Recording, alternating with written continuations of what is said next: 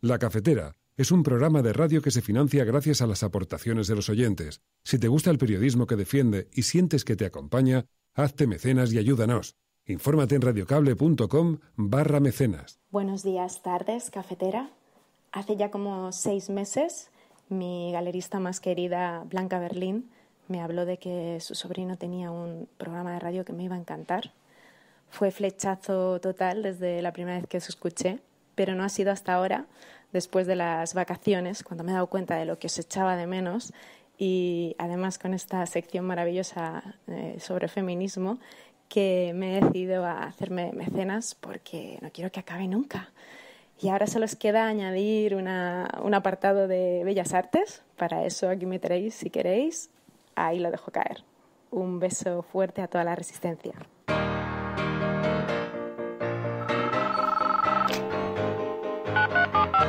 Son las 8:30 de la mañana. Las 7:30 en la Casa Museo de José Saramago, en Tías, Lanzarote. Buenos días, mundo. ¿Quieres un café? La Cafetera.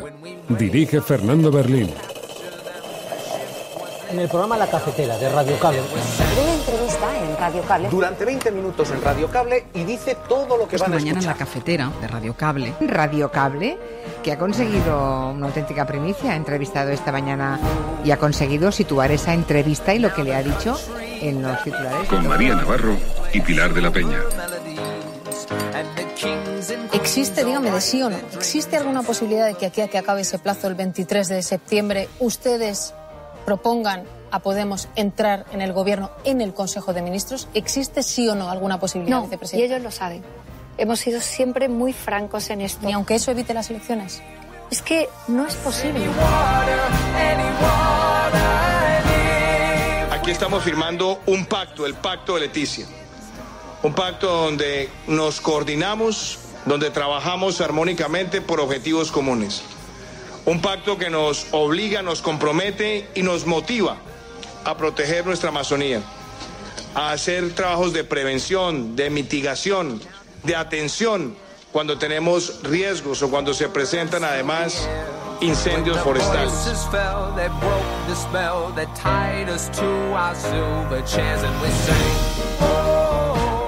La implementación de todas las medidas en su conjunto han traído consigo una reducción del flujo migratorio del orden del 56% entre los meses de mayo y agosto, es decir, principios de junio y agosto.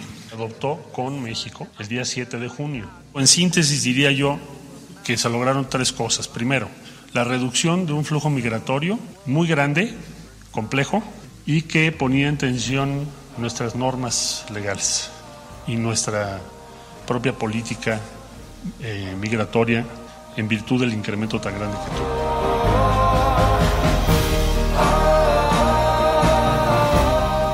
También los actores económicos deben entender que cuando más favorecidos y más dinero tienen, más responsables son también para ayudar a que la Argentina salga adelante. Me parece que esta es la clave de los tiempos que vienen y a la que todos seguramente con inteligencia, con capacidad y con solidaridad vamos a poder construir un nuevo orden. De eso se trata lo que queremos hacer con todos y con todas.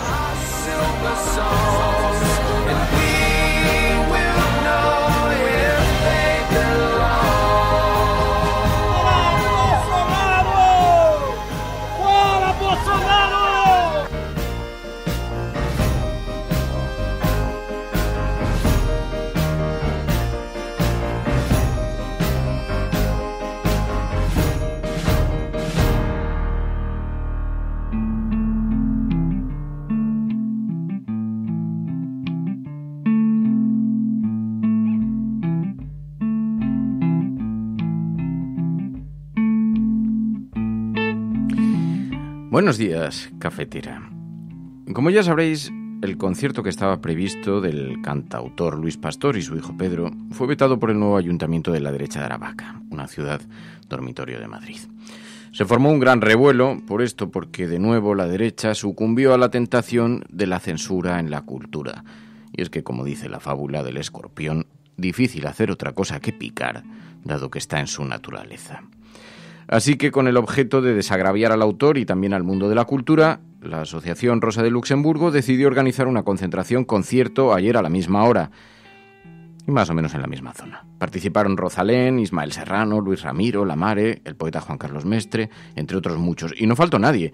El acto se llenó con numerosos rostros de la izquierda.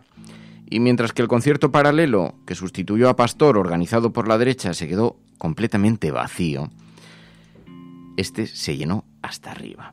Al actual alcalde de Madrid, también de derechas, no pareció gustarle mucho y calificó la protesta como una aquelarre. El alcalde no comprende, pero la gente sí que lo hizo. Porque, como dijo Luis Pastor, si no nos rebelamos ahora, mañana mismo irán a por otros. ¡Cuánta razón!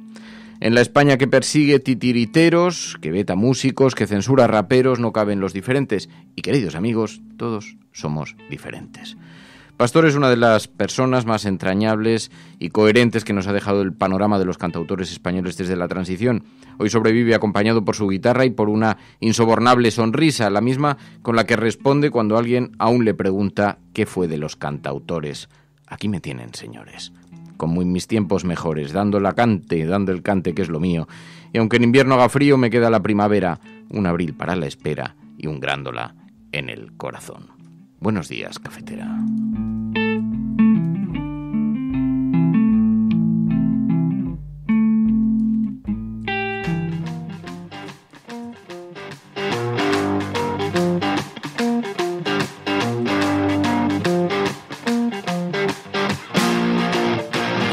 Así que en efecto fue una reacción de los ciudadanos en realidad, porque se llenó hasta arriba un concierto, un acto de homenaje, un acto de protesta también contra la censura en el que participaron numerosas personas. Uno de los periodistas que participó fue precisamente Olga Rodríguez, que hablaba en este meeting, fue una de las personas que leyó el manifiesto. Bueno, participaron numerosas personalidades del mundo de la cultura, del mundo de la música, también de la poesía, de la literatura. Había una buena parte de la clase política. Por cierto, allí había algunos corrillos, se rumoreaban algunas cosas porque, entre otras cosas, estaba la gente de Podemos, estaba la gente de Más Madrid, estaba la gente del Partido Socialista, y entonces había numerosos corrillos por algunos lados. Así se hablaba de la izquierda. Y ¿sabéis? ¿Queréis que os diga algo que decían? No los oscuros callejones de la corte madrileña, sino de lo que se comentaba en los luminosos círculos de los conciertos de actos de protesta. Bueno, se especulaba mucho con la posibilidad de que Íñigo Errejón y Rita Maestre se presenten a elecciones en caso de que haya repetición electoral por Madrid como número 1 y número 2. Se especulaba mucho por allí. Estaban hablando, por cierto, también estaban Rita Maestre y Íñigo Errejón. Bueno, cosas de las que vamos a hablar hoy en el programa, porque en estos lugares también pues uno tiene ciertas sensaciones, cierta química, pero como sabéis, mientras tanto en España pues las conversaciones están aparentemente bloqueadas en este momento, y escuchamos a Carmen Calvo en El Objetivo con Ana Pastor diciendo que no hay posibilidad de que Unidas Podemos entre en el Consejo de Ministros. Ahora lo vamos a analizar, pero vamos a saludar convenientemente, entre otros, a María Navarro. Muy buenos días, Mary. Muy buenos días. ¿Qué tal el fin de semana? Bien, muy bien, muy bien. ¿Muy bien? Sí, tranquilito. No me pude acercar a lo del domingo, pero ya he visto las imágenes que son alucinantes. De hecho, se llenó. Y de hecho he visto una foto que compartían, ¿no?, con ese hashtag y ponían el concierto oficial y el otro concierto, ¿no? Y el otro concierto estaba llenísimo y el concierto oficial estaba prácticamente vacío, ¿no? La reacción de los ciudadanos cuando se produce censura. Bueno, muy buenos días a todos. Por eso vamos a utilizar un hashtag, almohadilla, cafetera aquelarre, con K. Cafetera aquelarre, sin el la. Almohadilla, cafetera aquelarre. Y a través de este hashtag vamos a poder organizar la conversación en Twitter, en las redes sociales, para lo que pedimos ayuda a los oyentes de este programa, como ya están haciendo, como ya están utilizando algunos de ellos. Enrique Quesada, que me lo encontré precisamente allí. Bueno, había numerosos oyentes, sí, había numerosos oyentes de la cafetera. De hecho, se me acercó una mujer y me enseñó así como el que enseña un carnet clandestino, levantó el teléfono y con la silueta de la cafetera, y estaban por allí. Bueno, Belisa Botruso, Juan Carlos Ruesca, personas que ya están utilizando, María Eugenia Ranz, Carmen Fernández, New Life, Vicente Arias, Ventura Avilés, un montón de Juana Lix, un montón de gente que ya está utilizando ese hashtag Cafetera Aquelarre en Twitter, y a quienes damos las gracias también por hacerlo. Cafetera Aquelarre, porque esto es La Cafetera, y si lo estás escuchando eres La Resistencia y no estás sola.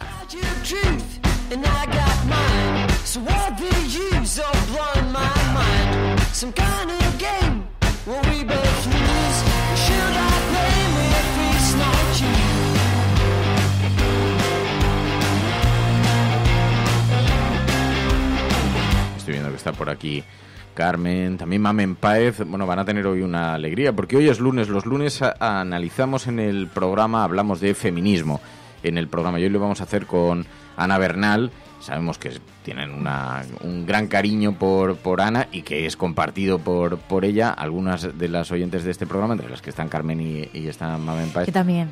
Y tú también, ya lo sé. Sí, ya lo sé. Así que hablaremos con Ana Bernal ahora enseguida para hablar de los retos, sobre todo porque en este espacio que los lunes ponemos en marcha aquí en el programa, lo que pretendemos también es reconocer públicamente a aquellas mujeres que están trabajando por el feminismo, que están luchando por él. Sabemos que esta es una lucha compartida, que son ahí miles de personas que anónimamente también levantan el brazo con mucha valentía, pero es verdad que hay gente que se dedica formalmente a esto, como hace Ana Bernal, y que no pierde la ocasión para reivindicar también la necesidad de una nueva mirada sobre las relaciones, los derechos entre hombres y mujeres, en fin.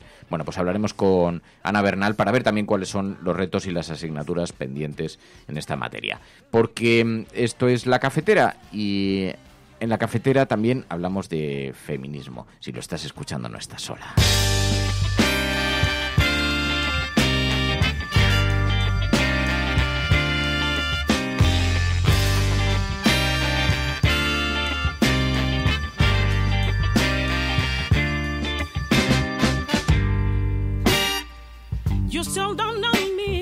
Hay muchas recomendaciones hoy para leer en los periódicos. Bueno, entre otras, algunas entrevistas y algunas sugerencias desde incluso la clase política para que Podemos y el Partido Socialista lleguen a un acuerdo. No parece muy fácil. Ya habéis escuchado en la apertura a Carmen Calvo ayer en El Objetivo con Ana Pastor, diciendo que no es posible que Unidas Podemos entre en el Consejo de Ministros. Dice Carmen Calvo que ellos lo saben. ¿Existe, dígame de sí o no, existe alguna posibilidad de que aquí a que acabe ese plazo el 23 de septiembre ustedes propongan a Podemos entrar en el gobierno, en el Consejo de Ministros? ¿Existe sí o no alguna posibilidad, no, vicepresidenta? Y ellos lo saben. Hemos sido siempre muy francos en esto. ¿Ni aunque eso evite las elecciones? Es que no es posible. Mire, una de las personas que se sentó el otro día a la reunión de negociación propone un gobierno de concentración soberanista para Cataluña. A ver, es muy fácil de entender. Mientras que en julio estábamos sentados, había declaraciones de algunos líderes políticos de Unidas Podemos haciendo declaraciones sobre la situación de Cataluña inaceptables para el Partido Socialista. Pero, vicepresidenta, ustedes conocen bien la posición de que piensa Podemos y las confluencias a la hora de llegar a acuerdos. Pero es más, Ada Colau y el PSC. Más. Bueno, pues en efecto, según el Partido Socialista, no es posible que Unidas Podemos esté en el Consejo de Ministros, pero hay algunos artículos que conviene leer detenidamente. Mucha atención. Por ejemplo, el que publica Juan Luis Cebrián en el periódico El País. Porque dice, se llama Razones para un gobierno de coalición. ¿Cómo será que la estrategia de Sánchez Castejón, de Pedro Sánchez, dice Antonio Miralles, cómo será que la estrategia de Pedro Sánchez de desgastar y acabar con Podemos y acabar en unas nuevas elecciones está funcionando mal, que hasta Cebrián se ha dado cuenta? Y hasta Cebrián publica un artículo en el que, con algunos calificativos y, bueno, con el rollo antisistema y vienen a destruir el sistema, etcétera, etcétera, pero cree que Partido Socialista y Podemos, dice, bueno, habría razones para un gobierno de coalición. Y dice Cebrián, llama la atención el empecinamiento socialista por pretender gobernar en solitario con solo 123 diputados en circunstancias tan graves como estas que estamos viviendo. Así que Cebrián es favorable a un gobierno de coalición. Dice que la actitud de Iglesias es desde un principio la más coherente con la institucionalidad democrática y en no pocos aspectos la más sensata y constructiva de cuantas hemos visto. Así que merece hoy la pena. Pero es que hemos visto también una entrevista de Felipe González que merece la pena que veáis, porque empiezan a escucharse muchas voces también que le dicen al Partido Socialista que tiene que buscar algún tipo de acuerdo con Podemos. El riesgo de acudir a unas nuevas elecciones es evidente, pero sobre todo el bloqueo es indefendible, el bloqueo político. Hoy en la portada del periódico El País dice que el bloqueo impide también el relevo en la Comisión de la Competencia, que esta parálisis política está bloqueando también la renovación en la cúpula de la Comisión Nacional de los Mercados y la Competencia, que su presidente José María Marín Quemada, su vicepresidenta y 3 vocales acaban hoy su mandato, pero tendrán que seguir en funciones mientras que no haya un gobierno que decida su relevo. Los miembros de la CNMC que ahora cesa fueron nombrados por el gobierno de Rajoy por 6 años sin posibilidad de renovación y el bloqueo mantiene en sus cargos también en funciones órganos como el Consejo General del Poder Judicial, cuyo mandato está caducado desde diciembre. También ha dejado varado el concurso público para renovar Radio Televisión Española. En fin, un lío monumental. Y mientras tanto se extiende la sospecha de que el gobierno tiene decidido ir a elecciones. Este fin de semana ha circulado por las redes con bastante viralidad el pliego del contrato de Radio Televisión Española sobre el plató por si se celebran unas hipotéticas elecciones. Resulta que Televisión Española ya ha solicitado presupuestos y ha solicitado la contratación de algunos recursos técnicos para el caso de que se dieran una convocatoria electoral. Esto ha circulado con una enorme viralidad, como digo, porque mucha gente ha interpretado si Televisión Española ya está haciendo planes sobre la previsión de la fecha del calendario, eso es que tiene información de que se van a repetir las elecciones. En realidad, digamos que lo que a la gente le ha parecido es que tiene mucha verosimilitud. Es verdad que las teles trabajan con esa antelación. Lo digo porque, aunque ha habido mucho ruido, pero lo cierto es que todas las teles están haciendo esa previsión y en el mismo pliego del contrato pone que solo en el caso de que se celebren elecciones generales, pero todas las teles están precontratando ya, mucho más una televisión pública que tiene, digamos, la velocidad de contratación que tienen las televisiones públicas y tiene que presupuestar una partida para que no le pille en el caso de que se celebren elecciones. Pero en todo caso, lo que sí que es relevante, más allá de si esto está siendo el anuncio de unas elecciones, el anuncio encubierto de unas elecciones, porque se han hecho eco muchos políticos de la izquierda de este pliego de contratación. Pero más allá de eso, más allá de que veamos si es frecuente o no, si es habitual o no que se prevean con tanta antelación estas contrataciones, lo que sí que es llamativo es que a nadie le ha resultado extraño que se esté manejando la fecha de repetición de elecciones. Y esto es gravísimo. Esto sí es verdaderamente importante porque ya a nadie le resulta extraño y los riesgos son formidables, los riesgos son gigantescos, porque en caso de repetición de elecciones no sabemos cómo puede beneficiar a la fragmentación, cómo puede beneficiar a la derecha, cómo puede beneficiar a la extrema derecha. Así que esto ha resultado bastante verosímil. Bueno, ha sido el tema de discusión a lo largo de este fin de semana. Y mientras tanto, también el Congreso recupera su actividad esta semana bajo esa amenaza de las elecciones, lo dice hoy el periódico El País. Meritxell Batet, presidenta del Congreso, dice que no desea una repetición electoral, que quieren que la legislatura dure 4 años, que el país necesita esa estabilidad y un gobierno en plenas facultades. El Congreso retoma esta semana toda su actividad con plenos legislativas de control al gobierno bajo la sombra de una posible celebración de elecciones, dice hoy el periódico El País en su portada. Mientras tanto, en el ABC, en una encuesta encargada por este diario, AGAD3, el PSOE se refuerza, solo necesitaría a Podemos y al PNV. Todo el mundo llamando a ver si el PSOE se anima y convoca elecciones. A ver si hay suerte. Nos da la impresión de que tiene más esta intencionalidad que otra. Porque en la portada del periódico El País también añaden que Casado se consolida como líder de la oposición, que el PP recupera 16 escaños. Sin embargo, dicen que la suma de centro-derecha caen por el descenso de Ciudadanos y de Vox. Pero unas elecciones las carga el diablo. De momento, el PSOE, si quiere, tiene 4 años asegurados de gobierno. Y si no quiere, tiene una fecha, una incertidumbre electoral que está supeditada a cualquier error, a cualquier metedura de pata, a que alguien cometa un error.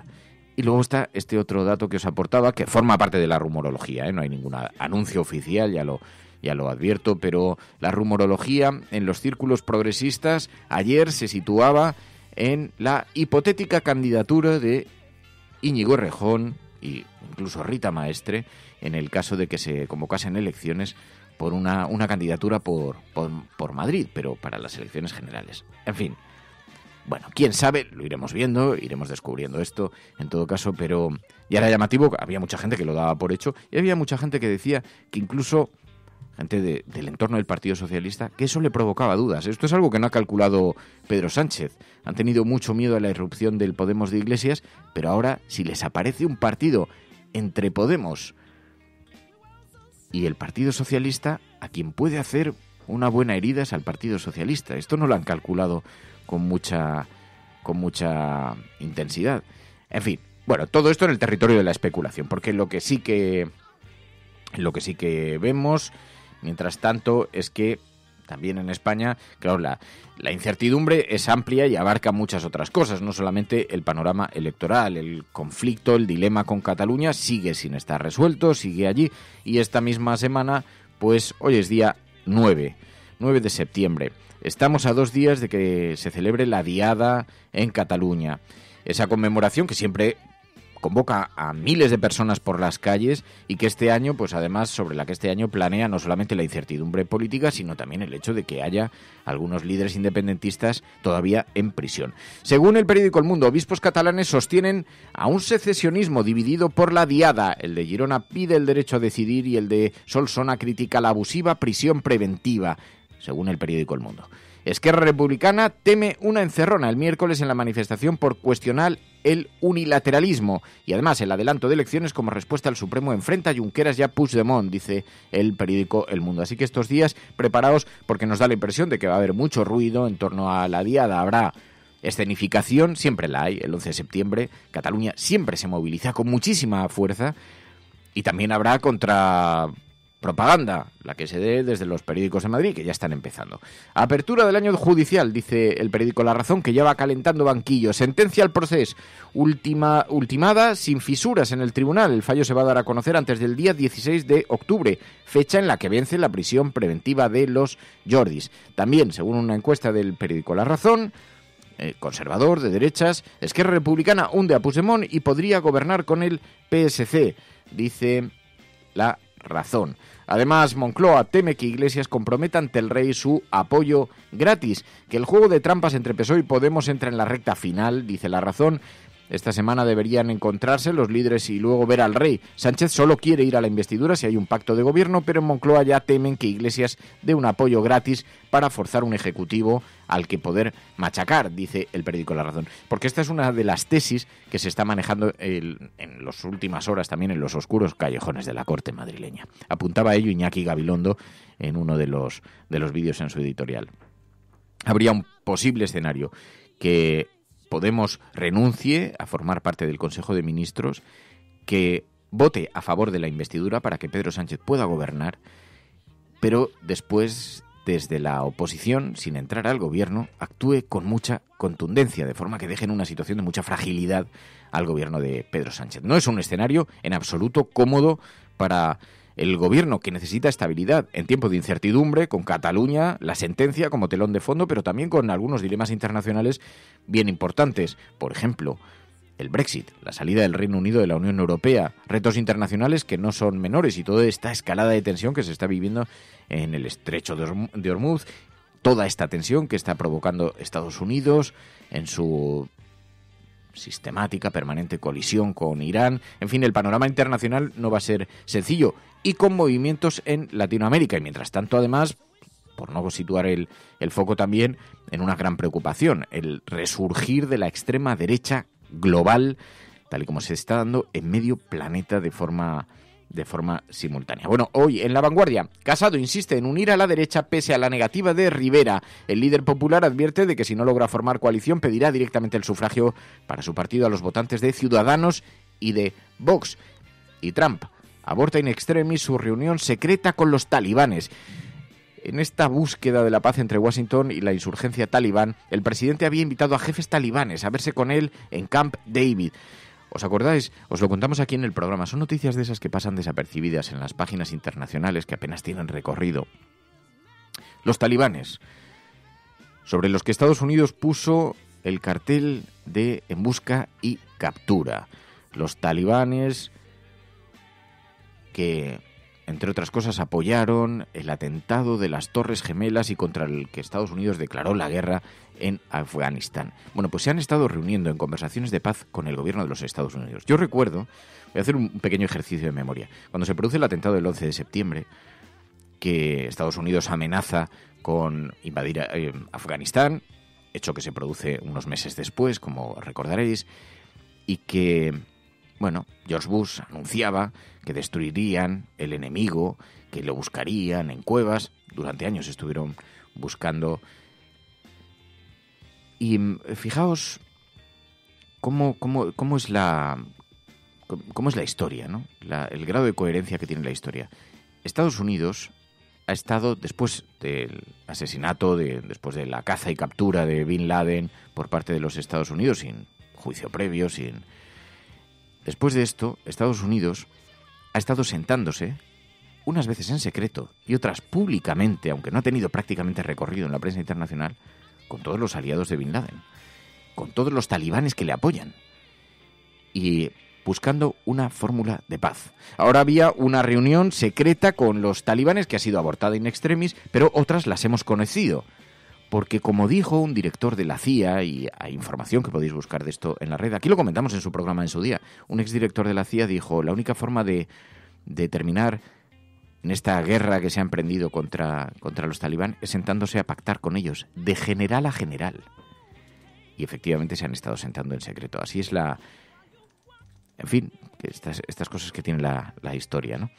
Bueno, pues dice hoy el periódico La Vanguardia en su portada: Trump aborta in extremis su reunión secreta con los talibanes. Y luego en la portada del periódico La Vanguardia una imagen, Rafael Nadal, que logró ayer el 19º Grand Slam al imponerse en una impresionante final después de 5 horas de partido. Ha sido muy comentado hoy, aunque lo vemos en la portada, reseñado en la portada del periódico La Vanguardia. Supongo que es que el resto tienen primeras ediciones o no sabemos. Bueno, el panorama nacional es así, pero si ponemos en marcha el satélite y nos damos una vuelta por lo que está ocurriendo en el mundo, con estas reuniones, estos asuntos relacionados con Trump y los talibanes, nos encontramos numerosas informaciones por las que también tenemos que detenernos, Love, we can achieve peace. Oh, yes, I know it. All the will take the old wise away, and the winter will never forget. Only with love, we can achieve peace. Oh, yes, I know it. Bueno, pues resulta que Donald Trump iba a mantener ayer una reunión secreta con los líderes talibán y fue anulada a última hora. Se iba a celebrar en la residencia presidencial de Camp David. Es un espacio sagrado para la diplomacia estadounidense, pero prácticamente nadie lo sabía y, sin embargo, los principales líderes talibán, también el presidente de Afganistán, se iban a reunir en Camp David con Donald Trump. Lo dijo el propio Donald Trump. Se iban a reunir conmigo en secreto este domingo. Llegaban esa noche a Estados Unidos. Lo anunció por sorpresa Donald Trump el sábado por la noche en Twitter. El motivo: la reivindicación del ataque terrorista perpetrado en Kabul esta semana, que dejó 11 muertos, entre ellos un soldado estadounidense, y eso ha hecho que esa reunión quede desconvocada. Bueno, pero es que la reunión se iba a producir a 3 días del 18º aniversario de los atentados del 11 de septiembre, así que estaba cargada de simbología, pero también para el pueblo americano era un mazazo absoluto ver a las personas que apoyaban esto. Bueno, ha sido desconvocada finalmente por el atentado en Kabul, pero según el presidente, los talibanes pretendían presionarle para firmar la paz, pero no han hecho más que empeorar las cosas, dijo antes de suspender estas conversaciones de paz, que por otra parte os podéis imaginar, han tenido un clima de conversaciones previas muy intenso, porque nadie cita en Camp David a los líderes talibanes y estos acuden si no es porque las cosas ya están muy atadas y muy resueltas. Bueno, finalmente se vino abajo esta reunión y no pudo ser celebrada. Pero si seguimos girando el satélite, y seguimos recorriendo el mundo. Llegamos a la campaña electoral en Argentina. Cristina Fernández de Kirchner, a favor de un nuevo orden social. También los actores económicos deben entender que cuando más favorecidos y más dinero tienen, más responsables son también para ayudar a que la Argentina salga adelante. Me parece que esta es la clave de los tiempos que vienen y a la que todos, seguramente, con inteligencia, con capacidad y con solidaridad, vamos a poder construir un nuevo orden. De eso se trata lo que queremos hacer con todos y con todas. Alberto Fernández, y Cristina Kirchner tienen, según las encuestas, hay numerosas encuestas que se están publicando estos días, pero salen bastante bien favorecidas, mientras que Mauricio Macri y Miguel Pichetto están relativamente por detrás. Si Cristina Kirchner está en el 52% de posibles votos en porcentaje, estamos viendo en el 32 sus opositores. Así que, bueno, hay quien ve muchas posibilidades de que el gobierno pueda inclinarse en esa dirección. En todo caso, es el pistoletazo de salida. Ha comenzado una típica campaña electoral en Argentina. Está la economía al rojo vivo. Argentina ha abierto la campaña para las presidenciales del 27 de octubre. Y como favorito el peronista Alberto Fernández, después de que en las primarias de agosto aventajara por 16 puntos al presidente Mauricio Macri. Bueno, esto es lo que vemos en algunas encuestas, porque como digo, están repartidas, hay un poco para elegir un poco de todo, pero algunos habían colocado el foco en eso. Si nos vamos a México, se está produciendo también muchísimo movimiento en torno al asunto migratorio. México presume de haberse convertido finalmente en el muro de Donald Trump. La implementación de todas las medidas en su conjunto han traído consigo una reducción del flujo migratorio del orden del 56% entre los meses de mayo y agosto, es decir, principios de junio y agosto.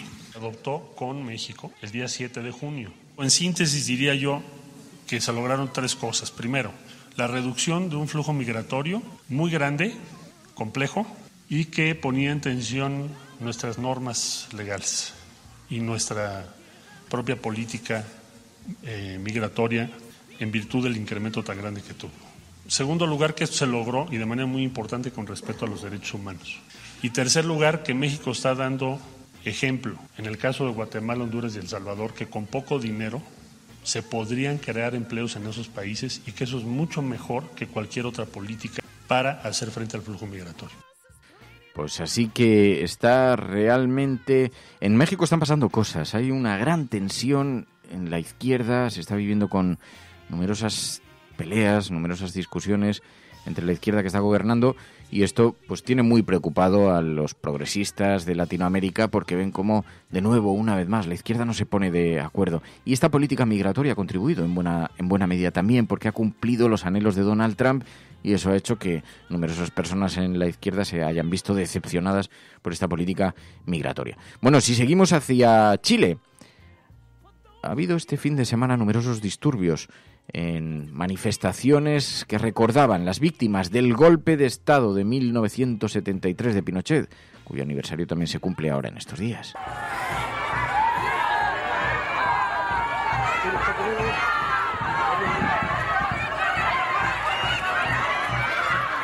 Protestas también en Brasil contra el gobierno de Bolsonaro frente a la desigualdad y a la crisis medioambiental.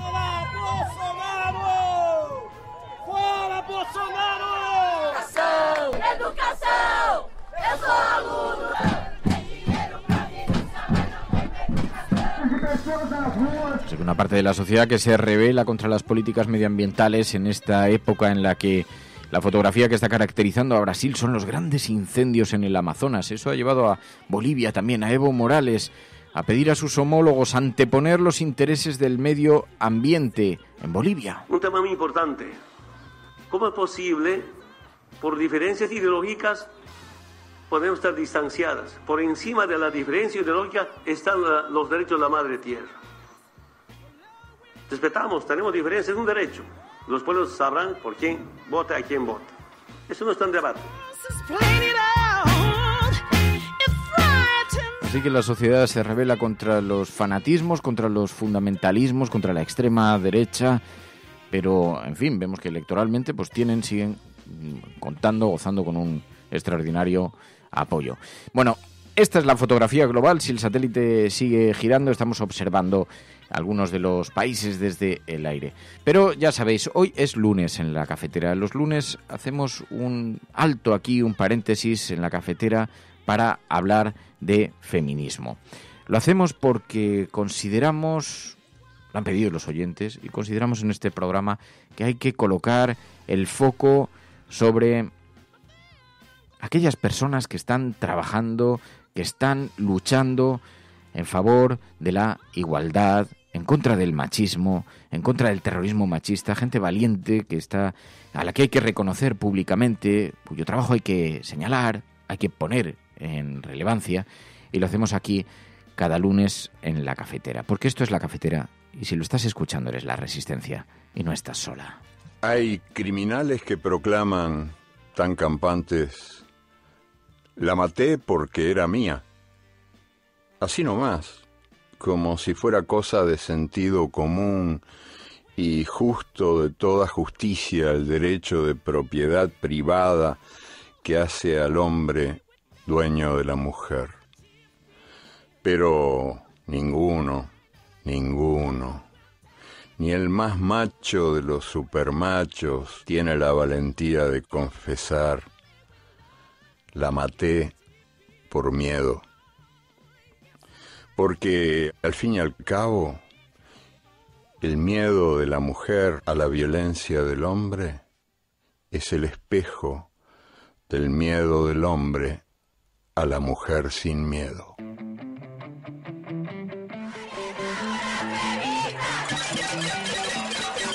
Una de las cosas que más me emocionan y me ilusionan es hacer que el siglo XXI sea el siglo del punto de inflexión feminista. Que si nosotras hoy podemos defender ciertas cosas, que si nosotras hoy tenemos derecho a abortar, es porque nuestras madres, nuestras abuelas, nuestras compañeras, la gente más mayor, ha luchado y ha puesto sus cuerpos. Ha puesto sus cuerpos en momentos donde no era fácil. Y no todo el mundo ha defendido políticas feministas. Muchas veces son mujeres frustradas, mujeres amargadas, mujeres rabiosas y mujeres fracasadas como personas, y que vienen a dar lecciones a las demás de cómo hay que vivir y de cómo hay que pensar. Mujeres de este país decidimos el 8 de marzo que nos habíamos puesto en pie y no nos vamos a volver a sentar.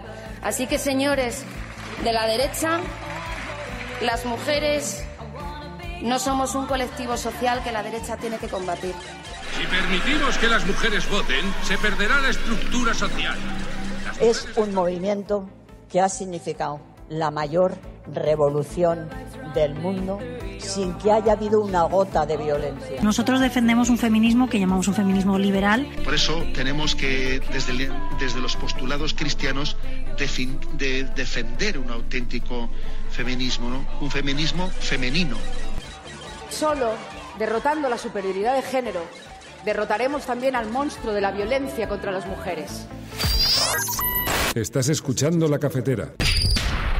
Ana Bernal Triviño, profesora de la Universidad Oberta de Cataluña, periodista, muy buenos días. Hola, muy buenos días, Fernando. Teníamos muchísimo interés en hablar contigo porque en este espacio que estamos inaugurando estos días pretendemos reconocer a aquellas personas que estáis trabajando tanto por la lucha feminista, lo estáis haciendo tanto dentro de España como fuera. ¿Qué tal estás? ¿Cómo estás?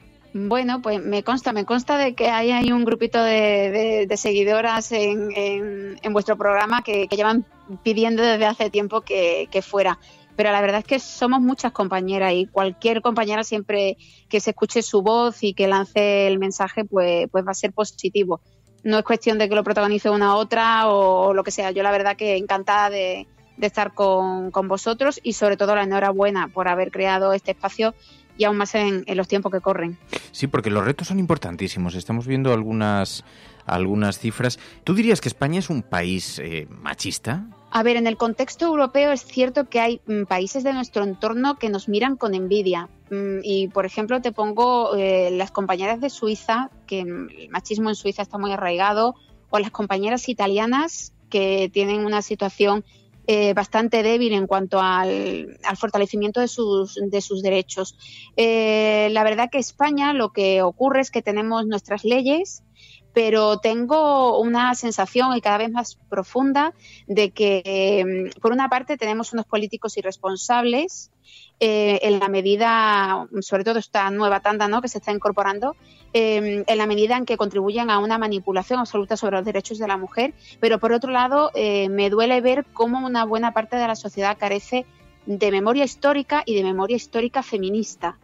Y lamentablemente, si esas leyes que fueron pioneras en su momento no las protegemos, no las respaldamos y sobre todo no se le dan una dotación económica presupuestaria, vamos a ir dando pasos y la verdad, ¿podemos decir que es un país machista? Pues sí, siguen quedando esas capas de machismo en la sociedad, y yo creo que también, lamentablemente, porque venimos de una España que no está enterrada, una España en la que hubo una generación de mujeres y de hombres que se educaron bajo el franquismo, y eso aún permanece.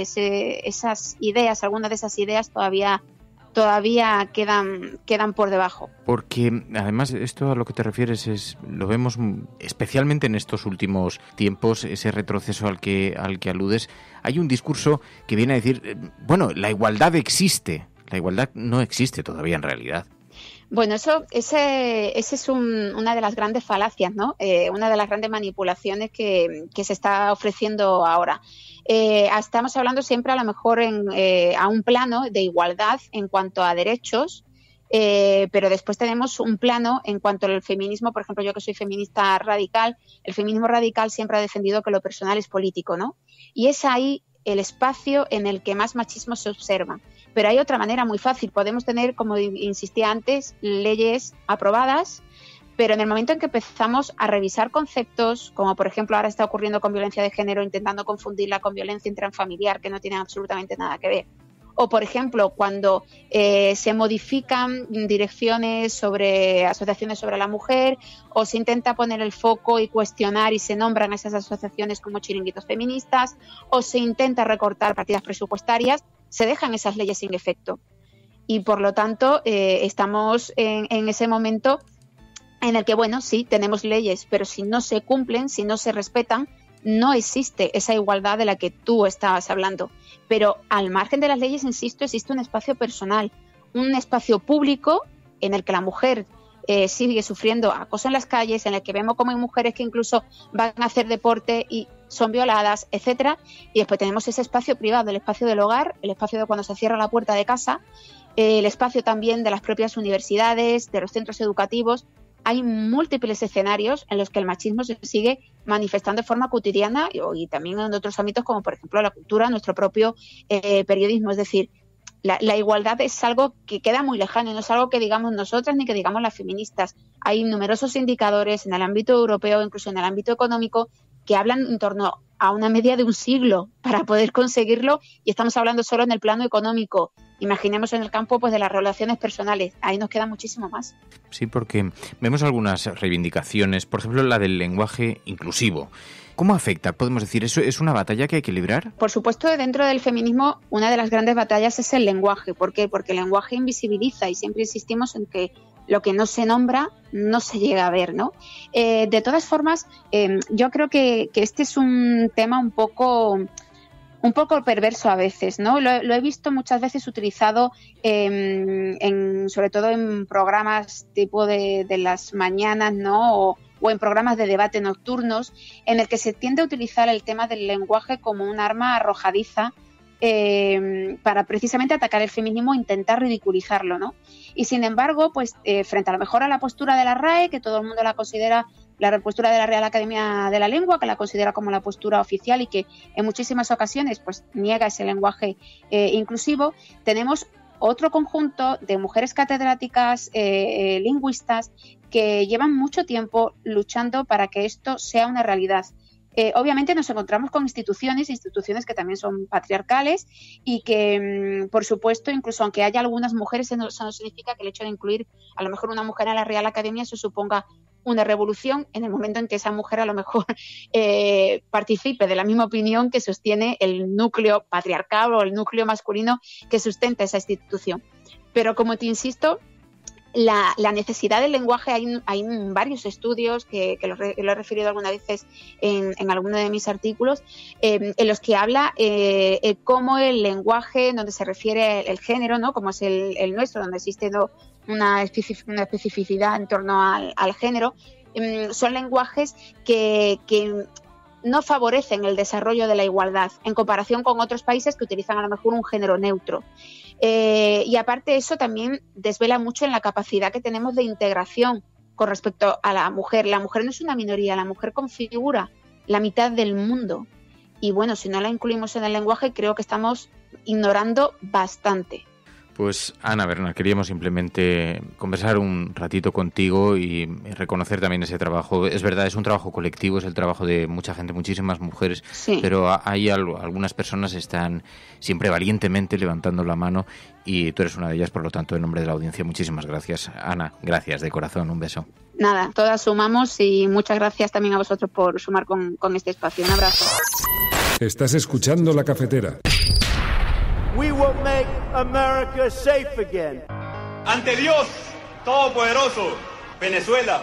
Por ahí hay un payaso. Lo primero que tiene que hacer o tenía que hacer es convocar a elecciones. Esas caritas del domingo. Lo que vamos a disfrutar el domingo con los progres. Le taché a Podemos de populista. Ahí me equivoqué. Pero el Partido Popular sí que tiene que tener credibilidad para hablar de corrupción, porque es nuestra seña de identidad. Y aprovecho la ocasión para invitarte a que acudas al acto de presentación de Vox en Barcelona. Pues este jueves, no sé si estaré yo, pero alguien de Ciudadanos seguro que acude, porque la cordialidad, de verdad, o sea, no es porque estemos, la gente que nos conoce fuera del plató sabe que esto ha sido siempre así. El cielo no se toma por consenso, el cielo se toma por asalto. Yes, we can. Yes, we did. Vamos a proceder a la exhumación de los restos del dictador Franco del Valle de los Caídos. El enemigo es Daesh, el terrorismo yihadista. Más allá de la agenda setting está la agenda de los oyentes de La Cafetera. Buenos días, cafeteros. Buenos días, cafetera. Buenos días, mundo. Creo que la revolución dicen que será feminista o no será, y yo apunto, además, que será ecologista o no será. Hagamos que se nos oiga. Hagamos que se nos conozca. Buenos días, Resistencia. Buenos días, cafetera. Buenos días, Resistencia. Os hablo desde Atenas, donde vivo y trabajo desde hace más de 3 años, cuando empezó la mal llamada crisis de los refugiados. Buenos días, cafetera. Buenos días, cafeteros. Muy buenos días, Resistencia. Os saludo desde Miami. Tu colaboración es importante. Ayúdanos retuiteando la dirección de este programa. radiocable.com.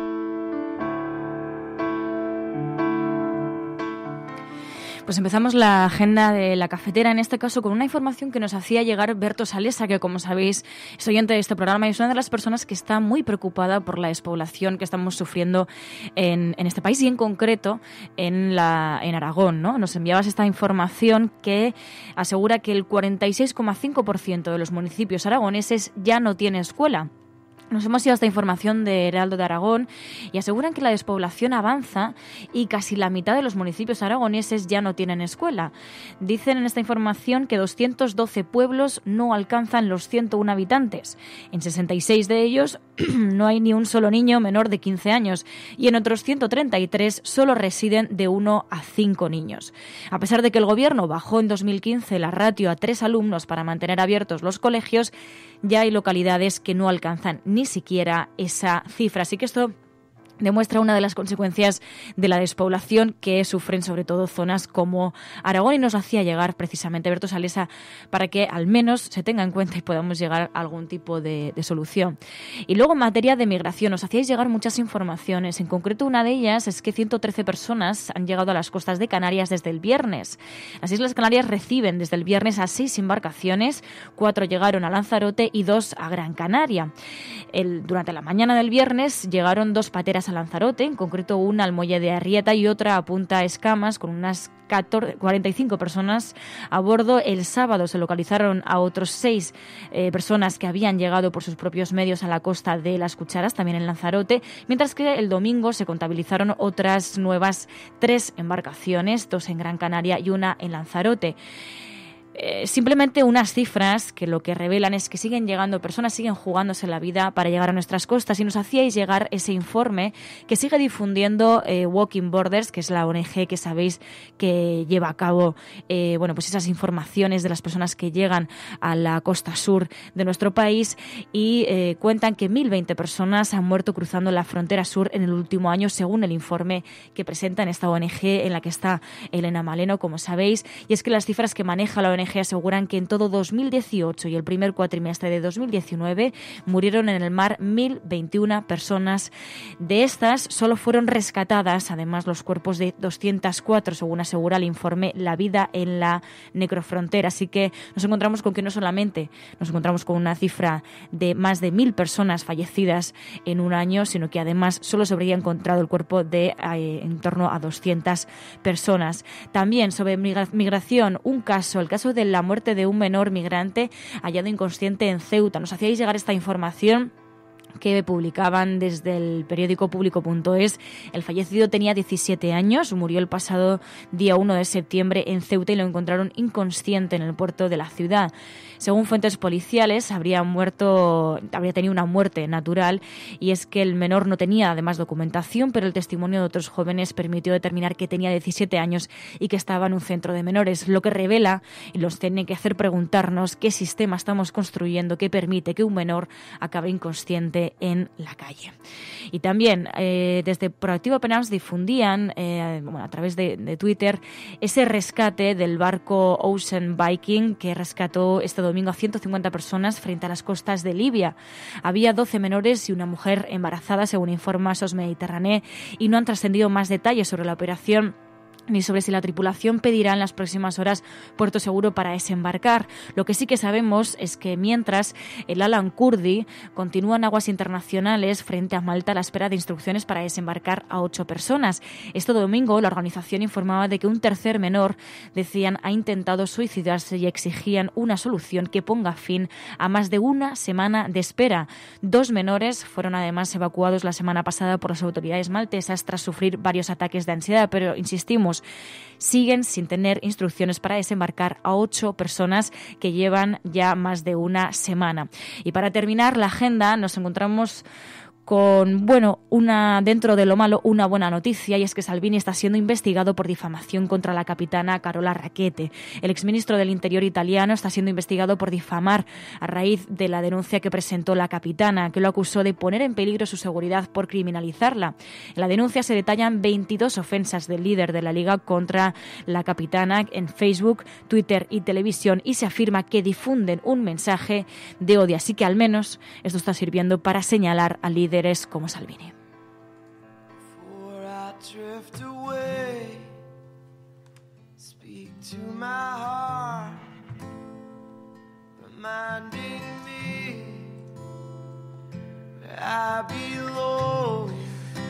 Uno escucha la agenda de la cafetera, da la impresión de que está todo, de que vivimos en el portal de las tinieblas, en la antesala de un mundo tenebroso, pero bueno, todavía hay mucha gente que está trabajando. Escuchábamos a Ana Bernal, hay mucha gente que está trabajando para hacer de este pequeño planeta un lugar mejor en el que vivir, y eso también hay que reconocerlo, aunque ahora parezca que las oscuras voces que nos llegan desde Brasil, desde Hungría, desde Estados Unidos, el renacer del fascismo, los ecos de este renacimiento, pues sean bastante preocupantes.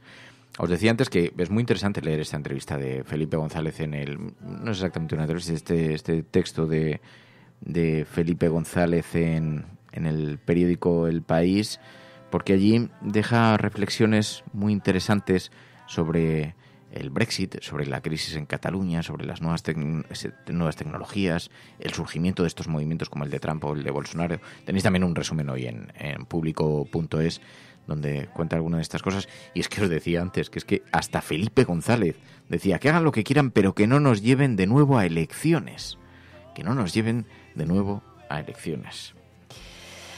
Es que esto ya lo hemos ayer vivido, te voy a ¿no? decir una cosa. Esto Ayer no hablando con la gente, y os digo que había gente de todas las procedencias, pero gente del progresismo en el espectro más amplio. Todo el mundo daba por hecho que íbamos a elecciones. que era, decían, que esto va a ser... Claro, pero, bueno, aparte de que votamos mal, porque eso ya se entiende que votamos mal, porque no votamos para que luego haya pactos, no les valen, ¿no? Esos votos. Pero aparte de que votamos mal, la pregunta también es, ¿qué van a hacer si los resultados son parecidos? ¿No? ¿Cuál va a ser la estrategia? ¿Seguiremos a otras nuevas elecciones? ¿O tendremos un buen argumento de urgencia para que haya un pacto entre PSOE y Ciudadanos? Sin embargo, como las encuestas siguen siendo cantos de sirena que invitan a ir a elecciones, dice, hoy por ejemplo en Público vemos otra PSOE y Unidos Podemos obtendrían 27 escaños más que las tres derechas en otras elecciones, pero yo insisto en que el riesgo es extraordinariamente alto. Está muy interesante, por cierto, esta encuesta publicada hoy en Público.es, pero también hay un texto que es el futuro del gobierno en manos de las diferentes encuestas que hay. Luego está en el diario.es, también estamos... estamos con claro, que hoy comienzan los coles. Pobrecitos. Yo veía ayer al pequeño Fer y decía, ¿cómo es posible? No te creas tú. Tenía ganas. Tenía muchas ganas. Digo, esto es que los tiempos han cambiado, porque... Yo nunca tuve muchas ganas. Yo recuerdo que tenía ganas por volver a ver a mis amigos, pero por lo demás no voy a engañar. A mí me da una pereza. Cuando además decían, no, pero está muy bien el primer día lo del estuche nuevo y la mochila nueva, pero eso te duraba el primer día. El segundo día ya te daba igual el estuche, la mochila o las... Yo recuerdo que iba muy nerviosa el primer día. ¿Ah, sí? Sí, muy, y me costaba dormir la noche de antes, pero tampoco sabía por qué. También, yo qué sé. Todo lo vivía mucho. Lo bueno y lo malo. Es verdad que los críos pasan un montón de horas también en casa, también así como...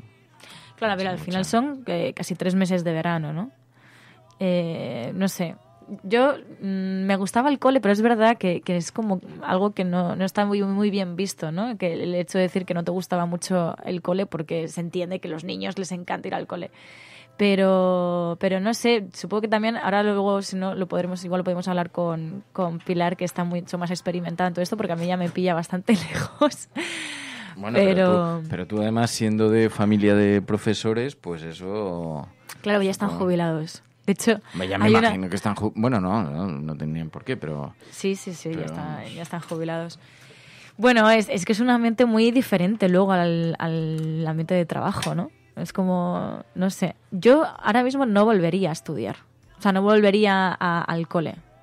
¿Tú volverías? Yo al cole ni de coña. Ni de tampoco, coña. No recuerdo bien esa época tampoco. Ni de coña, vamos. O sea, tampoco un trauma, pero es como sin más. O sea, podría vivir sin ello, ¿sabes? Igual la universidad sí. La universidad puede que sí. Pero el colegio... Bueno, el instituto yo creo que mejor, porque ahí experimentas ciertas cosas.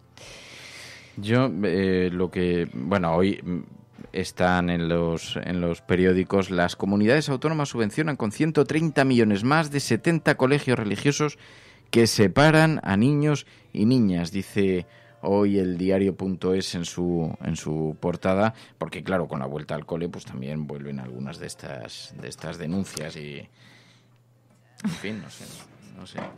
Yo esto no te puedo hablar mucho más, la verdad, porque en realidad... Es que luego lo hemos escuchado también, ahora empezarán todos los medios, ¿no? Hablando de cuánto cuesta, pues eso, que tu hijo vaya al cole, los libros de texto y todo esto, y es algo como muy... Digamos que es como las noticias absurdas de verano, ¿no? Que siempre se repiten. Pero no sé. Igualmente, seguimos con las cuentas pendientes. También estoy viendo aquí en el diario.es que hablan de la exhumación y la inhumación de Franco, o sea que seguimos con ese tema. Claro, porque la vuelta al cole no solo la tienen los alumnos, normalmente... La también lo tiene Franco. Claro, no, pero la actualidad siempre nos trae un poquito de... Pero ¿no ves? Vamos acumulando cosas. Es que dices, no hay gobierno, pero es que además seguimos como acumulando cuentas pendientes como esta, ¿no? Y dices, si es que lo de Franco lo estábamos comentando, arrancábamos el año pasado la temporada con el tema de Franco pensando que lo iban a sacar y aún estamos un año después hablando de esto, ¿no? De si lo van a inhumar en la Almudena o qué van a hacer con él, ¿no? Y es como que no llegamos a avanzar. Yo creo que por eso también se palpa también cierto hastío político, ¿no? Porque nos están hablando ya otra vez de elecciones, no llegamos a avanzar y luego creo que también se está difundiendo mucho el tema de bueno, da igual, si es que tampoco los necesitamos, ¿no? El país sigue. No, el país no sigue porque los presupuestos no se están aprobando y nos encontramos con muchas deficiencias y con muchas situaciones paralizadas, ¿no? Y al final los que sí que van avanzando son comunidades autónomas como la de Andalucía, ¿no? Que van avanzando por su camino mientras no somos capaces, ¿no? De conseguir un gobierno, y veremos a ver qué pasa para el 10 de noviembre. Bueno, vamos a ver si Pilar nos escucha. ¿Nos escuchas, Pilar? Creo que ella nos escucha, pero nosotros a ella no la escuchamos. Pero bueno, ahora a ver si podemos conectar de todas maneras. Bueno, esto es La Cafetera. Si lo estás escuchando, eres la Resistencia y no estás sola. Sigue con nosotros, que tenemos un poquito más para charlar. Es algo que todos sabemos de algún modo, pero que puede que nadie te haya explicado nunca. Si tú a tu hijo antes de una carrera le dices, te vas a caer, tú no vales para esto, ese niño se va a caer. No hay más opciones, porque le has hecho creer que es posible. Y hay algo que le empuja a cumplir la profecía. Pero si en lugar de eso a ese mismo niño le dices, corre, vuela, no te detengas, y si te caes, aquí estoy para levantarte, ese niño jugará mejor que si nunca le hubieras dicho nada. Hay una responsabilidad ineludible en cómo hablamos, en cómo tratamos a los demás, porque nuestras palabras tienen un poder más grande de lo que nunca hubiéramos imaginado. Cada día tienes la opción de cortar las alas de los demás, hablando del miedo y de la incertidumbre. O puedes dejar que tus palabras les empujen hacia sus metas, confiando en la capacidad infinita que hay dentro de todo ser humano. Se conoce como efecto Pigmalión y funciona en cualquier momento de nuestras vidas.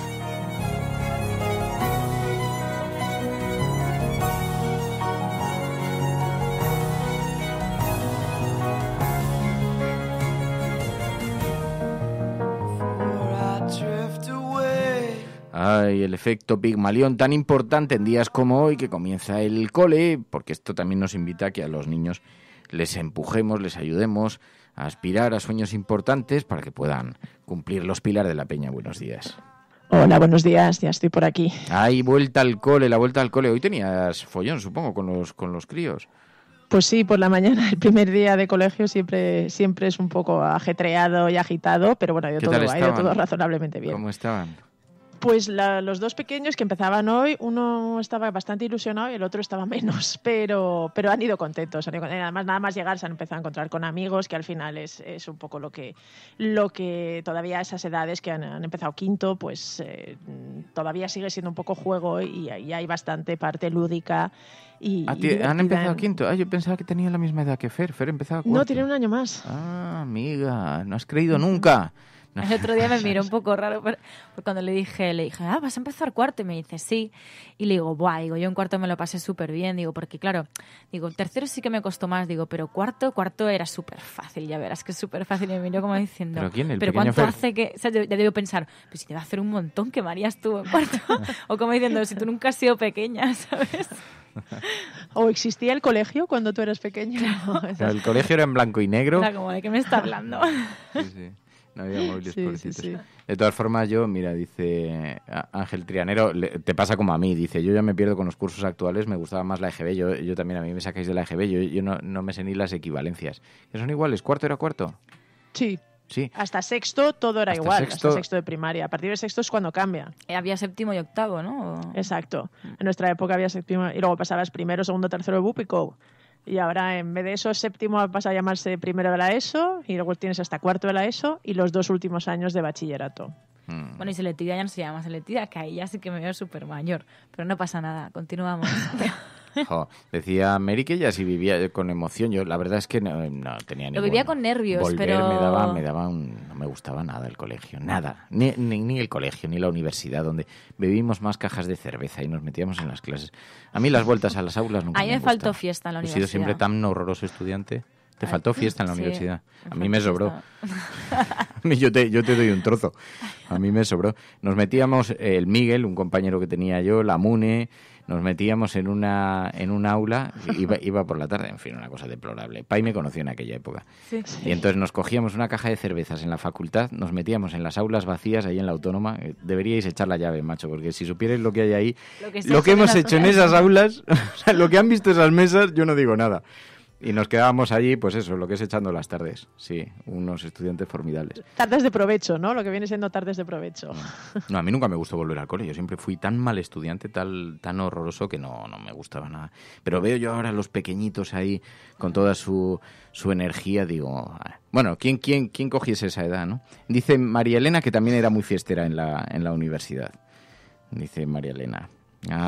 Pleistocénica, dice, es que la Autónoma era una ciudad sin ley. Joder, tan ciudad sin ley, sobre todo por las tardes. Claro, yo estudiaba, yo debía tener, pues eso, 20 años, y los compañeros míos al estudiar por la tarde, y además historia, los compañeros, pues algunos de ellos tenían 50 años, o sea, la gente era de... Entonces el grupito de jovencillos que nos juntamos, que éramos lo más descarriado, pues entonces lo que hicimos fue ver mucha cerveza. Así fue. Mucha historia paralela, ¿no? Cervezas y porros, de ahí vino todo. ¿Qué me miras así? No pasa nada, Mary. El pasado es el rey del fragmento. El pasado te ha hecho ser como eres. Los trocitos, los seres humanos somos trocitos de nuestros hechos. Algunos buenos, otros malos, de buenas vivencias, algunas más dolorosas. Bueno, yo, por ejemplo, el día que volvíamos para la nueva temporada estaba nerviosa. Sí. Que me miraste como, ¿qué le está pasando? Digo, es que estoy nerviosa, sí. No, hombre, pero luego ya se me pasó, pero sí era como mi vuelta al cole. Claro, bueno, pero sí tiene sentido.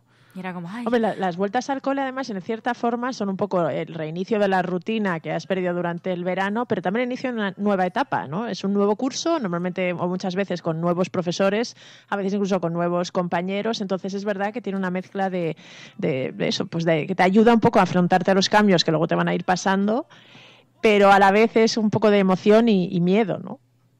De todas formas, no lo sé. A mí es que... Bueno, en fin, no me voy a poner crítico en un día como hoy. Lo que está claro es que... No, porque... Con todo. ¿Con qué te vas a poner crítico? Así en general. Los niños no deberían ir al cole. No deberían ir al cole, deberían estar jugando. Pero estos modelos alternativos de educación... es que Capitán Fantastic, ¿no? Totalmente. Pero los críos... O sea, ¿por qué hay colegios donde no hay deberes y otros colegios donde hay deberes? Eso sí es una buena pregunta. Claro, porque esto, en fin, no quiero hacer una cosa de cuñadismo paterno, pero resulta un tanto desconcertante, ¿no?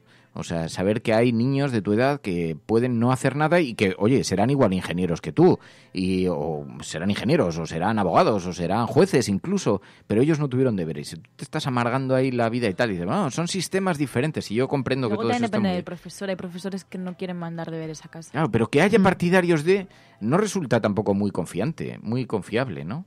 Partidarios de los deberes, partidarios de que no los haya, partidarios de que se estudie, partidarios de que se aprenda jugando. Tienen que tener cierta libertad, ¿no? De cátedra. De cátedra. Es un tema muy complicado realmente y no hay unanimidad, y además es que yo creo que el problema es que el sistema tiene que apostar por una vía y que no funciona para todos. O sea, yo creo que es eso, ¿no? Hay niños que incluso les va a ir mejor tener, digamos, una educación sin deberes, y otros que quizá les pueda perjudicar. El problema es a quién intentas potenciar para no dejar a nadie atrás. Yo además recuerdo y creo que nuestra época escolar era más sencilla, no había tanta carga. Yo veo que a los niños ahora se les exige muchísimo más de lo que se nos exigía a nosotros desde muy temprano, y creo que eso no ayuda a la motivación de los niños. Creo que lo que hace es muchos chavales desmotivados cuando tienen que empezar realmente a estudiar y ya que la cosa sea un poco más seria. Mira, dice, necesito un café. Dice dos cosas. Una en la que estoy de acuerdo. Bueno, dice que la educación debería ser objeto de una gran revisión, y habla también de la educación pública. Yo ahí discrepo. No es un problema solo de educación pública.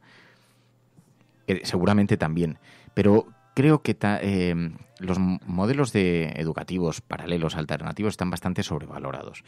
Y fíjate, a mí me hizo una reflexión José Manuel López, que ha sido, entre otras cosas, candidato a la Comunidad de Madrid por Podemos, pero es un experto en búsqueda de modelos educativos alternativos y entonces está haciendo un análisis así muy detallado sobre los resultados de los alumnos después de varias etapas tanto en colegio, instituto, como después en la universidad.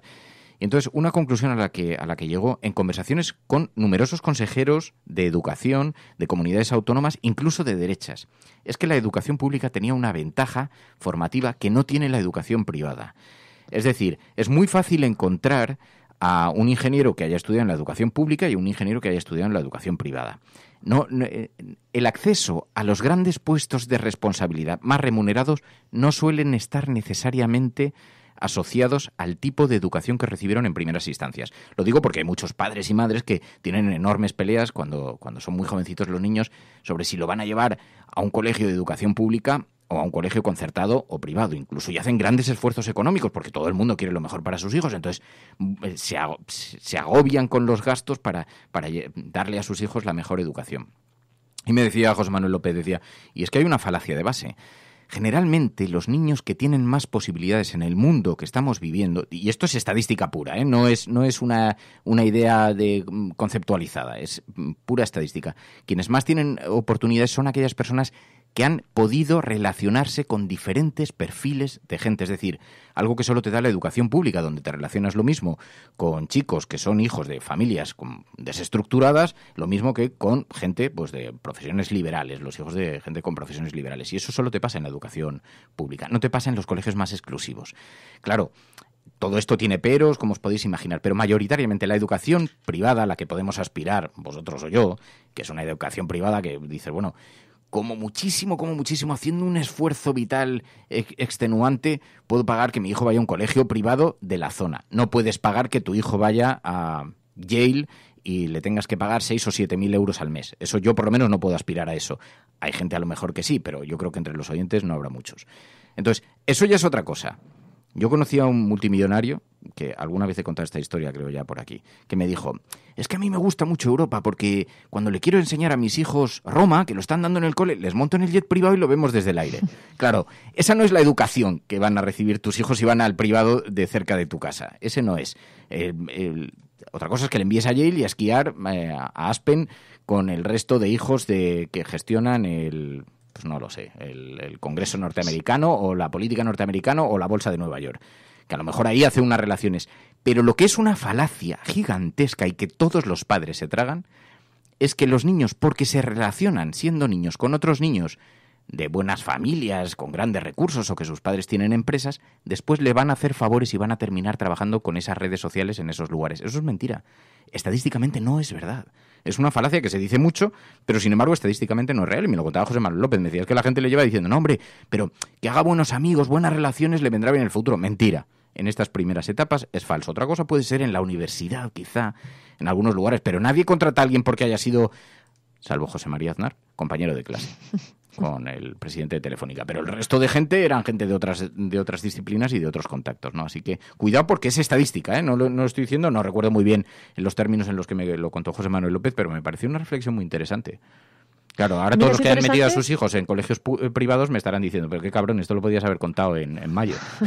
Pero, en fin. Pero lo irónico es que Estados Unidos, que es un poco el paradigma de la educación privada, o que parece el paradigma de la educación privada, casi todos los norteamericanos van a colegios públicos en las primeras etapas. Es decir, el high school, todo esto que hemos visto en las películas, son colegios públicos, no son colegios privados. Es verdad que existen, son muy elitistas y hay unos pocos, pero en la enorme masa o el enorme grueso de los norteamericanos manda a sus hijos a colegios públicos en Estados Unidos. Bueno, en Estados Unidos, pero insisto, necesito un café. Siento contarte esta realidad porque además tú has dicho aquí en el chat que a tus hijos precisamente lo llevabas a un tipo de estos colegios. Pero dice, bueno, hay una realidad, la primaria forja un tipo de forma de aprender que durará toda la vida. No es lo que dicen las encuestas, es lo que dicen los directores de los colegios privados. Lo que dicen los consejeros de educación, y consejeros de educación de la derecha, no de la izquierda, es que es más relevante para un niño, para el futuro de un niño, saber haberse relacionado con gente de diferentes espectros y procedencias sociales, porque además tiene lógica, ¿eh? No es un argumento que digan vacío, no es un argumento solo basado en las estadísticas, también tiene una lógica de sentido común. El mundo te va a obligar a relacionarte, si quieres, por ejemplo, da igual que sea desde una perspectiva comercial o desde una perspectiva social. Es que te va a obligar a relacionarte. Si quieres tener clientes, vas a necesitar clientes de todas las procedencias y vas a necesitar saber escucharles, saber comprenderles, saber entenderles, haber vivido con ellos. Solamente una visión muy transversal de la sociedad te hace entender a la sociedad. Si no, solamente entiendes a las élites. Oye, a lo mejor eres estupendo y puedes montar una tienda en La Moraleja para vender repuestos. Pero te aseguro que si lo que quieres es tener una visión transversal, y fíjate, para triunfar en Latinoamérica, como ahora con los mercados que se están abriendo, que todos los mercados se están interconectando, o te has relacionado con gente latinoamericana, o te has relacionado con gente de diferentes procedencias, o eso no va a suceder.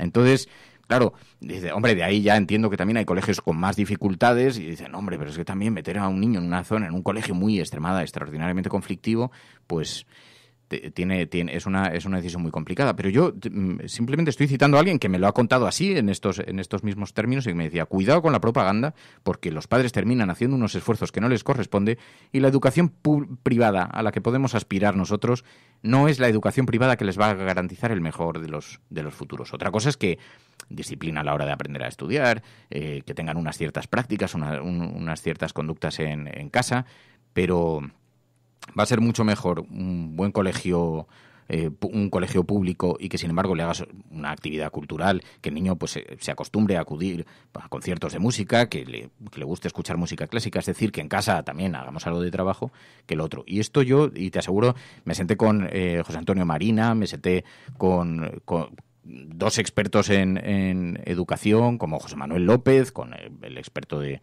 educación también del Partido Popular en Madrid, y la conclusión era exactamente la misma. Así que, en fin, bueno, estas cosas que dices, estamos tan acostumbrados a la propaganda que nos invade, que nos dicen, no, pero los niños, claro, se harán redes, aprenderán a estudiar, compartirán esas élites, eso les abrirá puertas. Bueno, pues las cifras dicen que no, y tiene sentido.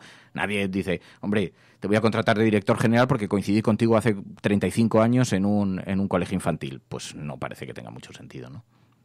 Pero luego, además, es verdad que incluso en los colegios públicos hay diferencias entre los propios colegios públicos. Depende también muchas veces de los directores. Y este verano, de hecho, en el Blas de Lezo en Madrid hemos visto un ejemplo de cierta independencia por parte de los directores. No todos los colegios públicos son iguales. En ese sentido, aunque hay un modelo y, digamos, un sistema que prevalece o que, digamos, se dicta desde la consejería, desde las distintas consejerías de educación, hay cierta libertad en cada centro para apostar por distintas cosas. Decías, hay centros a favor de los deberes y otros que no. También en la educación pública. Es decir, en ese sentido, no todo es igual y no todo se puede meter en el mismo saco.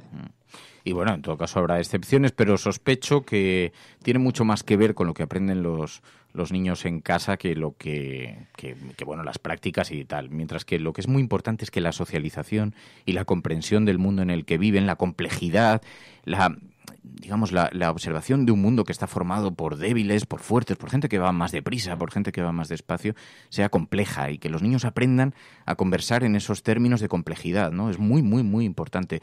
Y este hijo de millonario, del que os contaba, que había visto Roma desde el aire, sin embargo, un día hablando con él, es un empresario con el que yo he tenido mucha relación, he tenido una relación de amistad, y me decía un día, dice, bueno, hemos bajado al centro de Madrid, allí donde vives, y dice, joder, mi hijo se ha quedado alucinando, porque hemos visto gente durmiendo en la calle, y me he dicho, pero papá, ¿por qué eligen dormir en la calle? Tú fíjate el nivel, bueno, claro, estamos hablando de colegios de élite absoluta, o sea, de niños que luego, efectivamente, se van a hacer actividades a Aspen, y tú como padre se las tienes que financiar. O sea, no basta con que digas, no, es que yo llevo a mi hijo a un buen colegio. No, luego tienes que financiar todos los complementos, ¿no? Pero, y dice, claro, y vivía en una burbuja de irrealidad absoluta. Y entonces no sabe que el mundo está compuesto por eso mayoritariamente, además. O sea, ni siquiera vive en tal burbuja que es que ni siquiera es consciente de eso, ¿no? Así que se genera también una cierta burbuja de perversidad. Hombre, de hecho, si te vas, por ejemplo, a los barrios de Madrid, que son los únicos que yo conozco, no lo digo por Madrid, no por centralismo, sino por lo que conozco, pero ¿cuántas veces hemos visto esas informaciones, ¿no? De que ya solamente cambiando de un barrio a otro hay tanta desigualdad, ¿no? Pues si además de eso, pues le añades el tema de los colegios y de la educación. Luego yo creo que también es verdad que yo creo que es más importante que un niño tenga el poder de adaptación ante las adversidades, ¿no? Que sepa afrontar lo que suponen para las adversidades. Es mucho más importante, ¿no? Tener esa capacidad que luego muchas otras, porque al final la puedes aplicar luego a lo largo de tu vida. Por ejemplo, algo que se vive como un drama, ¿no? Cuando eres pequeño es el cambio de cole, ¿no? Porque claro, tú piensas que claro, esos amigos van a ser para toda la vida y hacer nuevos amigos es muy complicado y es muy difícil. Yo, por ejemplo, pues al final por viajar y por cambiar de comunidad, al final creo que he estado como en 3 coles diferentes, ¿no? Pues lo que al principio fue un drama, porque lo fue, porque además pasas, en mi caso añadido, ¿no? Era pasar de un cole en el que se hablaba catalán y un cole que se hablaba castellano, luego también, pues los códigos eran un poco diferentes.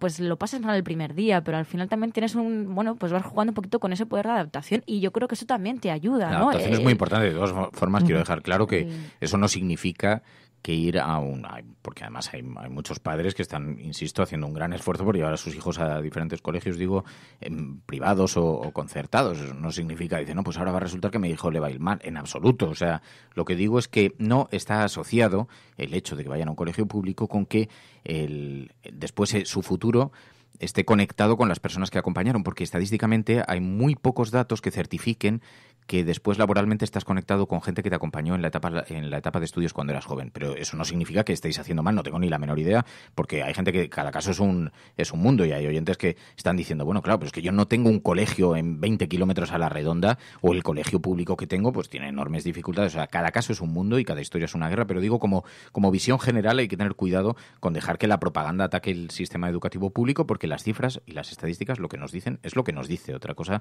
es que cada uno tiene una excepción y yo el primero, ¿no? Que no fui a un colegio público, así que no, cada uno pues tenemos la vida como puramente se nos fue resolviendo y no la elegíamos. Bueno, y que el cole no resuelve todo, o sea que al final la esencia es la educación que te den en casa, ¿no?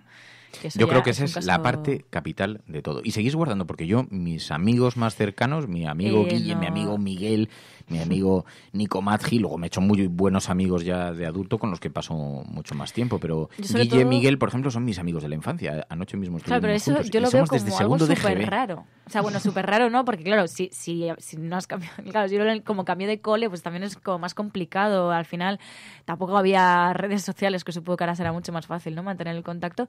Yo mantengo sobre todo el contacto, pues a lo mejor sí, mis amigas del instituto, ¿no? Eso sí que mantengo más el contacto, sobre todo con 2 de ellas y tal, y la universidad. Pero es verdad que luego, pues sí, pues aprendes que hay gente que pasa por tu vida y que de la que no vuelves a saber nada, ¿no? Yo todavía guardo cuando me fui de Mallorca, todavía guardo una carta que me enviaron por Navidades, y entonces era una carta con muchas viñetas hechas por todos los niños de la clase, y firmado también con la directora. Entonces, pues era una felicitación, esperamos que te vaya muy bien, María, en tu nueva etapa y todo esto, y todavía la sigo guardando, pero evidentemente pues sí, o sea, lo lees con nostalgia, pero al final también entiendes que evidentemente seguramente ahora no tengas nada que ver con esas personas, ¿no? Porque cada uno va por caminos diferentes. Pues mira, yo por ejemplo estudié mi etapa primaria fue en Bruselas, es decir, no conservo a ningún amigo de entonces porque claro, me cambié no solo de comunidad, me cambié de país, entonces, pero de la época de eso, primero de BUP, ya sí que mantengo el contacto con amigas, y luego es lo que dices, o sea, es verdad que hay algo que te une con la gente a la que has ido al colegio. Yo sí lo creo, al menos, porque compartes esa etapa, ¿no? Y esa etapa al final es algo que se recuerda siempre con bastante nostalgia. De hecho, no sé quién dijo que la auténtica patria es la infancia. No, digo que nostalgia a vosotros. Yo con mi amigo Miguel y Guille les quiero mucho, pero les quiero mucho por la edad moderna. No por cómo era entonces. No. Vamos a ver que les quería también entonces, quiero decir que no, pero que es que yo no soy nada nostálgico de estas cosas. Yo cuando me miran me dicen, ¿te acuerdas cuando? Bueno, ayer me encontré a mi amiga Mónica, que también era de aquella, mi amiga Mónica García, que también era de aquella etapa, que ahora es diputada en la Asamblea de Madrid por Más Madrid. Y me la encontré, estaba también en el concierto de esto y era también pues otra de la pandilla, que es maravillosa. Que ahí, mira, la quiero un montón y tengo un montón de... Pero es verdad que cuando hablamos de las cosas que nos unen ahora, no de las cosas que nos unían. Porque además no hay cosa peor que sentar a 4 personas que están... ¿Te acuerdas aquella vez que fuiste con el cole con la mochila? Bueno, Mónica, fíjate si recuerdo con nostalgia esto, que Mónica me rompió una muñeca. Claro, pero luego la muñeca del brazo, no una muñeca que yo llevaba, la muñeca del brazo, o sea... Que además Mónica era una tía muy empoderada, sigue siéndolo. Y entonces todos nos queríamos casar con ella porque era la que tenía mejor expediente académico y la que mejor hacía deporte y la que mejor tocaba la flauta y la que hacía todo mejor y además muy mona, muy rubia, muy, muy guapa, muy estupenda. Y sigue siéndolo todas esas cosas, es brillantísima. Y entonces no sé qué maldad le dije que me lanzó por las escaleras del colegio y me rompió la muñeca. Dice que siempre se arrepintió mucho. A cambio... Y de eso aprendiste seguro muchísimo. Vamos, aprendí que bromitas las justas. Bromitas las justas, sí, el empoderamiento era necesario. Lo aprendí muy pronto, además. Esto me vino muy bien luego para la vida. Pero a cambio debo decir que Mónica era tan buena que siempre... yo nunca hacía los deberes porque era muy mal estudiante desde pequeñajo. Y me pasó... En alguna ocasión, estando sentado, imaginaos, o sea, la chica más popular del colegio, que se sentaba muy cerquita, y de eso, Berlín, los deberes, y yo, y me pasaba sus deberes, toma, utiliza los míos. Esto es muy fuerte, esto es como de peli yankee. Y entonces me pasaba los deberes y yo siempre se lo recuerdo. Digo, bueno, te la debo de entonces, que me miraba. Pues en realidad esto sí que está siendo un ¿Ves cómo eres nostálgico? Claro. Coño, pero nostálgico para mal, que estaba huyendo de la autoridad. No, porque recuerdas eso te unió a Mónica también. Espera, por un lado te rompió la muñeca y por otro te pasaba los deberes. En el fondo es que eso Nada, yo estoy como Elena, que dice, para mí... Nada de mi patria es mi infancia. Mónica, mi juventud y la madurez es mi patria. A mí me pasa igual. O sea, yo realmente empecé a ser feliz cuando empecé a trabajar. Luego ya... Pero bueno, es verdad que la etapa escolar, además, no todo el mundo la asocia con buenos recuerdos. Si encima empezamos a hablar de los casos de acoso, de los casos de los niños que por alguna razón, a lo mejor no era un episodio de acoso como tal, pero sí que lo pasaron mal. Es verdad que no mucha gente tiene malos recuerdos de la infancia. Es decir, no es verdad que es una época complicada y luego ya cuando empiezas en la adolescencia también es una época complicada personalmente, que si encima se traduce en problemas en la escuela o en el colegio, pues es difícil. Sí. A ver, que es que no era todo un camino de rosas, ¿eh? Yo sí que recuerdo el cole, había días duros. Y luego también, porque al final es verdad que pueden generarse situaciones bastante incómodas, ¿no? Luego es verdad que en el instituto yo creo que como si has conseguido, ¿no?, tener ahí un grupo férreo, ¿no?, de amigos y de amigas, como que te sientes más protegido, ¿no? Y también empiezas como a experimentar nuevas cosas y tal. Mira, dice buscadora, y es que tienes razón, buscadora de estrellas, dice, el cole es el puto AMPA. Y es verdad. O sea, ahí aprendes algunas normas fundamentales. Por ejemplo, no se entra a jugar al patio de los mayores. O sea, si no quieres llevarte un balonazo, no puedes entrar al patio de los mayores. Hay algunas normas en la conducta de la vida que te... No están escritas, pero más te vale saberlas. Sí. El AMPA. Sí. Pero bueno, tenías que vivir con eso. También es un poco la ley de la calle. Pero bueno, en fin, luego... Pero... Bueno, los que estudiasteis en muchos colegios, que hay algunos oyentes también que están diciendo, a mí me pasó como a María, que fui de colegio en colegio. A María Galería le pasó igual también, además también desde Mallorca, y como sus padres, claro, los que habéis tenido padres profesores, que a María Galería le pasó igual, iba de cole en cole, de comunidad en comunidad, porque como les iban destinando en diferentes sitios, pues también esa vida itinerante obligó también a hacerse muchos amigos y a entender que los ciclos se abren, se cierran. Hombre, llegar como la nueva de clase era durete, porque además a mí me tuve la mala suerte de que me pasó de que yo no, por ejemplo, cuando llegué aquí, llegué en segundo de primaria, con lo cual parece una tontería, pero claro, ya habían empezado, todos se conocían desde primero. Y entonces llegabas en segundo y llegabas nuevo. Entonces era como, vale, yo ahora como me ubico, como pues para todos los que luchasteis cada día por eso va dedicada... Tampoco fue tan duro, o sea, fue duro el primer día. Bueno, pues se lo dedico a María Galería, esta canción. Para todas las personas que habéis estado batallando siempre y que ahora lleváis a vuestros hijos al cole y entonces... ¡Ay, la naturaleza, el ciclo sin fin! Sí. Bueno...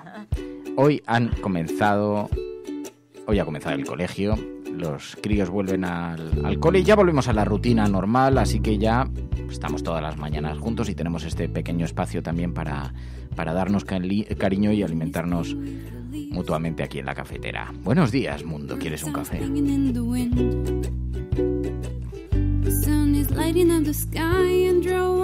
Claro, dedicada a María Galería. Dice Rubén, ¿pero que ibais por allí itinerantes con un carro arrastrado por caballos viejos cantando canciones folk, canciones populares? Bueno, pues sí. casi, Mary, casi erais gente así. Sí. Ibais por el mundo de sitio en sitio, ¿no? Bueno, que nos vamos a marchar, que gracias a todas de corazón por vuestro cariño, por vuestra compañía. Muchas gracias, Pai. Ya hemos empezado el lunes. Gracias a vosotras. Que tengáis un feliz lunes. Mañana volvemos, mañana más. Seguimos aquí en la cafetera, como siempre. Porque si estás escuchando esto, eres la Resistencia y no estás. Espera un momento. Que ha llegado, espera, voy a poner convenientemente. Aquí estamos en el bosque de Sherwood y estamos tan pachorros, tan tranquilos. No, porque ha llegado. Además estaban diciendo en el chat, a ver si lo puedo... Mira, Mercedes. Hola, me acabo de hacer mecenas porque ya tengo trabajo, ese es mi regalo. ¡Qué satisfacción, por favor! Pues el regalo nos lo haces contándonos esto, que ya tienes trabajo, es lo fundamental, es lo principal. Gracias de corazón a ti. Gracias a todos los mecenas, a todos los que os estáis haciendo mecenas en esta vuelta de temporada, porque siempre cuando llega el verano, pues siempre se produce ahí una caída de mecenas, y ahora con la llegada del verano, pues cuando comienza la nueva temporada, pues agradecemos muy mucho a la gente como tú, o como también Nerea, que escuchábamos al principio. Buenos días, tardes, cafetera. Hace ya como 6 meses, mi galerista más querida, Blanca Berlín, me habló de que su sobrina tenía un programa de radio que me iba a encantar. Fue flechazo total desde la primera vez que os escuché, pero no ha sido hasta ahora, después de las vacaciones, cuando me he dado cuenta de lo que os echaba de menos, y además con esta sección maravillosa sobre feminismo, que me he decidido a hacerme mecenas. Pues muchísimas gracias, de verdad, Nerea, muchísimas gracias a Teresa Bellido también, gracias de corazón, muchísimas gracias a Mercedes también, que nos enviaba con ese flechazo también su mecenazgo, de verdad, de corazón. Muchísimas gracias por hacer posible este proyecto, por hacer posible que siga adelante. Y con esto sí que nos marchamos. Sí, y no olvidéis, si sois mecenas, nos hace muchísima ilusión que nos enviéis estos audios al WhatsApp del programa, el 627-002-002. Nos contáis qué es lo que os ha motivado para haceros mecenas y así os podemos dar las gracias personalmente. Gracias, Pai. Gracias a vosotras. Gracias, Mary. Gracias. Y muchísimas gracias a toda la Resistencia cafetera, porque si estás escuchando esto, no estás sola. La Cafetera es un programa de radio que se financia gracias a las aportaciones de los oyentes. Si te gusta el periodismo que defiende y sientes que te acompaña, hazte mecenas y ayúdanos. Infórmate en radiocable.com/mecenas. Do you think it's forever gone? Mommy is lying on the lawn. She hasn't moved since breaking down. I come to her, she smiles at me, whispered it'd be okay, honey. He's watching us, we're not alone. Where did you go? Are you hiding up in the sky? Are you